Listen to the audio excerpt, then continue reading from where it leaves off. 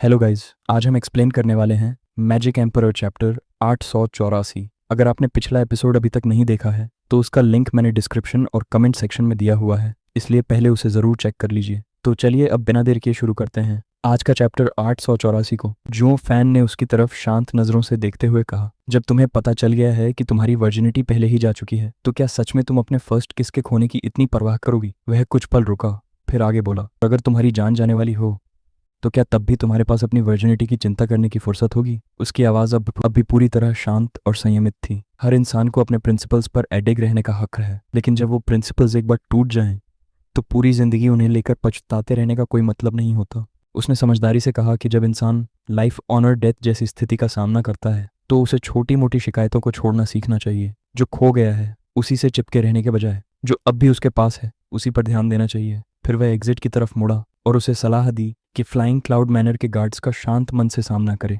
उसने कहा कि छिपने की कोशिश करना सिर्फ शक को और बढ़ाता है। साथ ही हंसते हुए बोला कि वैसे भी साधारण गार्ड्स उसे कभी पहचान नहीं पाएंगे। इतना कहकर वह पूरे आत्मविश्वास और बेफिक्री के साथ बाहर निकल गया। लड़की वहीं बैठी पूरी तरह हैरान रह गई और उसकी जाती हुई पीठ को घूरती रही। कुछ ही पल पहले वाला घटिया कमीना जुओ फैन अब बिल्कुल अलग लग रहा था। इस समय उसके चारों ओर एक गहरे बुद्धिमान सेज जैसा ऑरा फैल रहा था। हालांकि वह सिर्फ 5वें लेयर का रेडिएंट स्टेज कल्टीवेटर था, लेकिन उसका अटूट आत्मविश्वास और अडिग इरादा लड़की के दिल की धड़कन एक पल के लिए रोक देने के लिए काफी था। दरवाजे पर पहुंचकर जुओ फैन एक बार फिर रुका और मुस्कुराते हुए आखिरी सलाह दी, जो इंसान अपने ही शरीर को नहीं समझता उसे खुद को ज्यादा स्मार्ट दिखाने की कोशिश नहीं करनी चाहिए, वरना वही तथाकथित स्मार्टनेस आखिर में सिर्फ बेवकूफ़ी बनकर रह जाती है और उसी की वजह से उसका अपना ही डाउनफॉल होता है। हा हा हा।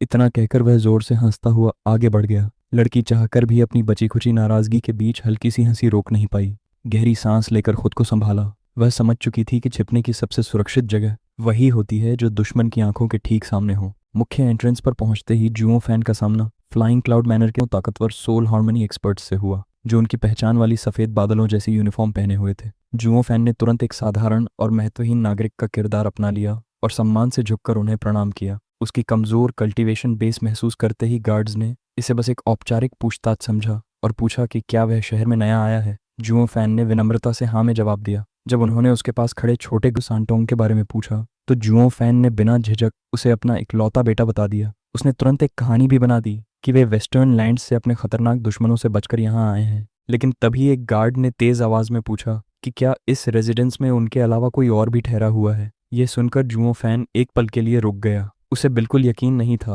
वह जिद्दी लड़की सचमुच उसकी बात मानकर बाहर आएगी। अगर वह उसके बारे में झूठ बोल देता और अगले ही पल वह बाहर आ जाती तो सारी योजना बर्बाद हो जाती। लेकिन अगर वह उसकी मौजूदगी स्वीकार कर लेता और वह बाहर ही ना आती तब भी हालात उसके खिलाफ हो जाते। उसके इस छोटे से ठहराव को देखकर गार्ड की भौहें सिकुड़ गईं। उसने और भी सख्त लहजे में वही सवाल दोहराया और जोर देकर पूछा कि क्या अंदर कोई और मौजूद है। जैसे ही माहौल पूरी तरह विस्फोटक होने वाला था उसी पल वह लड़की अचानक आंगन में दौड़ती हुई बाहर आई। उसके चेहरे पर एक चमकदार मासूम मुस्कान थी और उसने ऊंची आवाज में खुद अपनी मौजूदगी उन शक से भरे गार्ड्स के सामने जाहिर कर दी। उसके साथ आई ताज़ा और सुकून भरी हवा ने कुछ पल के लिए वहां छाए हुए तनाव को जैसे काट दिया। वह आकर सीधे जुओ फैन के पीछे रुक गई और गार्ड्स की तरफ बेहद शर्मीली, मासूम और झिझक भरी नजर से देखने लगी, मानो वह एक बिल्कुल भोली भाली अनजान यंग लेडी हो। उसके इस अचानक बदले हुए व्यवहार ने उन बैटल हार्डेंड गार्ड्स को पूरी तरह हैरान कर दिया। कुछ ही पल पहले तक उनके चेहरों पर जो सख्ती और आक्रामकता थी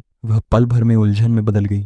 जुओ फैन भी मन ही मन उसकी इस अचानक की गई परफॉर्मेंस से दंग रह गया। उसे एहसास हुआ कि यह लड़की दुनिया के तौर तरीकों में कितनी माहिर है। उसे तो यह भी लगा कि एक्टिंग के मामले में वह खुद उससे कहीं ज्यादा कुशल है, खासकर जब उसने कुछ ही पल पहले उसका वह खौफनाक और जानलेवा गुस्सा अपनी आंखों से देखा था। लेकिन जुओ फैन इतना समझदार था कि इस समय उसे छेड़ना या उसका किरदार तोड़ना बिल्कुल सही नहीं होगा। आखिर इस वक्त दोनों एक ही मुश्किल में फंसे हुए थे। कुछ देर बाद गार्ड्स अपनी हैरानी से बाहर आए। उन्होंने सीधे लड़की की तरफ इशारा करते हुए पूछा कि क्या वह भी इसी कोर्टयार्ड में रहती है। लड़की ने बेहद मुलायम और शांत आवाज में जवाब दिया। उसने पुष्टि की कि हाँ, वह यहीं रहती है। इंस्पेक्शन टीम का लीडर भी खुद को संभालने में कुछ पल लगा। फिर उसने अपनी सख्त नज़र दोबारा जुओ फैन पर टिकाई और गंभीर आवाज में पूछा कि आखिर उन दोनों का आपस में क्या रिश्ता है और वे वेस्टर्न लैंड से इतनी दूर यहाँ तक क्यों आए हैं। जुओ फैन का दिमाग बिजली की रफ्तार से दौड़ने लगा, लेकिन उसके मुंह से एक भी शब्द निकलने से पहले ही लड़की मुस्कुराते हुए उससे आगे बोल पड़ी। उसने मीठी मुस्कान के साथ ऐलान कर दिया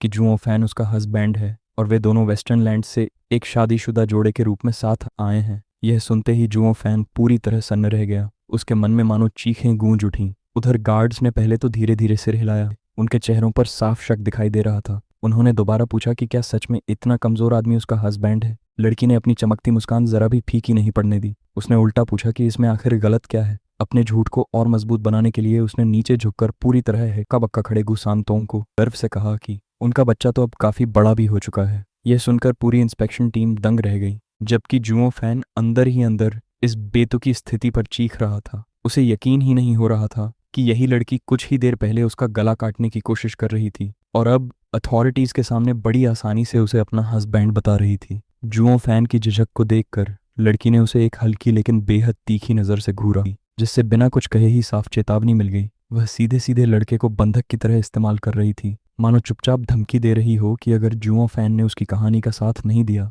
तो वह उसके बेटे को नुकसान पहुंचा देगी। जुओ फैन ने मन ही मन सिर हिलाया और एक लंबी सांस छोड़ी। उसे उसकी यह कोशिश बेहद मूर्खतापूर्ण लगी, क्योंकि वह अच्छी तरह जानता था कि उस लड़की में इतना दम नहीं था कि वह मॉन्स्टर्स ताकत वाले छोटे संजी का बाल भी बांका कर सकेगा। सामने खड़े इस बेहद बेमेल जोड़े को गौर से देखते हुए लीड गार्ड ने खुलकर अपना शक जाहिर किया। उसने दोनों की कल्टीवेशन में मौजूद भारी अंतर की ओर इशारा किया। उसके मुताबिक जुओ फैन तो केवल रेडिएंट स्टेज की 5वीं लेयर का एक कमजोर कल्टीवेटर था, जबकि लड़की इथेरियल स्टेज की 8वीं लेयर की एक बेहद ताकतवर एक्सपर्ट थी। इस दुनिया में जहां ताकत ही सब कुछ तय करती थी और शादी में आमतौर पर पुरुष का स्थान ऊंचा माना जाता था, वहां इतनी शक्तिशाली महिला एक्सपर्ट का किसी इतने कमजोर आदमी को अपना हस्बैंड बनाना बिल्कुल भी समझ में नहीं आता था। गार्ड की नज़र और भी बदनीयत हो गई। उसने ताना मारते हुए कहा कि वेस्टर्न लैंड्स में इतनी ताकतवर महिला का दर्जा जरूर बहुत ऊंचा रहा होगा। फिर उसने बेहद घटिया अंदाज में आरोप लगाया कि कहीं उसने डुअल कल्टीवेशन के जरिए यिन एनर्जी हासिल करने के लिए अपना कोई छिपा हुआ हैरम तो नहीं बना रखा। यह सुनते ही लड़की का चेहरा शर्म और गुस्से से गहरा लाल हो गया। उसने तुरंत पलटकर उस घटिया आरोप को सख्ती से नकार दिया और जोर देकर कहा कि वे बस एक साधारण परिवार हैं जो अपने बच्चे की परवरिश कर रहे हैं। लेकिन गार्ड केवल तिरस्कार भरी हंसी हंसा। उसने कहा कि इस निर्दयी दुनिया में ताकत पाने के लिए लोग किसी भी हद तक गिर सकते हैं। इसके बाद उसने तुरंत अपने आदमियों को आदेश दिया कि पूरे घर की अच्छी तरह तलाशी ली जाए। उसे पूरा यकीन था कि इस मकान के अंदर कहीं ना कहीं कई छिपे हुए मर्द मौजूद मिलेंगे। उसके आदेश मिलते ही सारे आदमी एक साथ चिल्लाए और पूरे घर को उलट पुलट करने के लिए अंदर घुस पड़े। लड़की वहीं खड़ी रह गई। उसके चेहरे पर गहरी उलझन और मायूसी साफ दिखाई दे रही थी। जुओ फैन ने उसकी तरफ देखा और धीरे से आह भरी। वह समझ चुका था कि उनकी पहली कहानी पर कोई भी यकीन नहीं करेगा, क्योंकि दोनों की कल्टीवेशन के बीच का विशाल अंतर किसी भी समझदार इंसान को तुरंत शक में डाल देता था। करीब 1 घंटे बाद गार्ड्स घर से बाहर निकले। सबने निराशा में सिर हिलाते हुए बताया कि उन्हें पूरे घर की तलाशी के बावजूद कुछ भी संदिग्ध नहीं मिला। यह सुनकर लीडर ने गहरी भौहें सिकोड़ लीं। उसे अब भी यकीन नहीं हो रहा था कि इतनी ताकतवर महिला सिर्फ एक कमजोर हस्बैंड के साथ ही संतुष्ट रहेगी। हालात को और बिगड़ते हुए महसूस करके जुओ फैन हल्के से मुस्कुराया। वह सम्मान के साथ आगे बढ़ा, झुककर अभिवादन किया और विनम्रता से बोला कि सीनियर को उसकी बातों पर भरोसा नहीं करना चाहिए। फिर उसने खुलेआम स्वीकार किया कि वह लड़की असल में उसकी वाइफ नहीं है। यह सुनते ही गार्ड का चेहरा तुरंत गंभीर हो गया, जबकि लड़की का पूरा शरीर तन गया। उसकी गर्दन से पसीने की बूंदें बहने लगीं। उसे लगा कि जुओ फैन अब उसे अथॉरिटीज के हवाले करने वाला है। लीडर ने तुरंत सख्त आवाज में पूछा कि अगर वह उसकी वाइफ नहीं है तो आखिर उसकी असली पहचान क्या है और वह उसके साथ यहाँ क्यों रह रही है। जुओ फैन ने एक लंबी और भारी सांस छोड़ी, मानो किसी दर्दनाक याद को याद कर रहा हो। फिर उसने बताया कि वह लड़की दरअसल उसकी कज़न है और वे दोनों अपने क्लैन से जान बचाकर सेंट्रल एरिया की तरफ भाग रहे हैं, क्योंकि उनका अपना क्लैन लगातार उनका पीछा कर रहा है। गार्ड ने तुरंत अगला सवाल दाग दिया, अगर वे सिर्फ कजन्स हैं तो उसने खुद को उसकी वाइफ क्यों बताया। जुओ फैन ने घबराई हुई लड़की की तरफ देखा और अपने चेहरे पर गहरी अपराध बोध वाली भाव भंगिमा ला दी। उसने कहा कि उसकी कज़न हमेशा से उसकी वाइफ बनना चाहती थी, लेकिन उसका दिल पहले ही किसी दूसरी औरत का हो चुका था। ऑलराइट गाइस, यहीं पर यह चैप्टर खत्म होता है। उम्मीद है आपको आज की वीडियो पसंद आई होगी। अगर वीडियो अच्छी लगी हो तो लाइक, कमेंट और वीडियो को हाइप करना बिल्कुल मत भूलना, ताकि ऐसे ही और अमेजिंग चैप्टर्स जल्दी आते रहें। Bye bye, take care.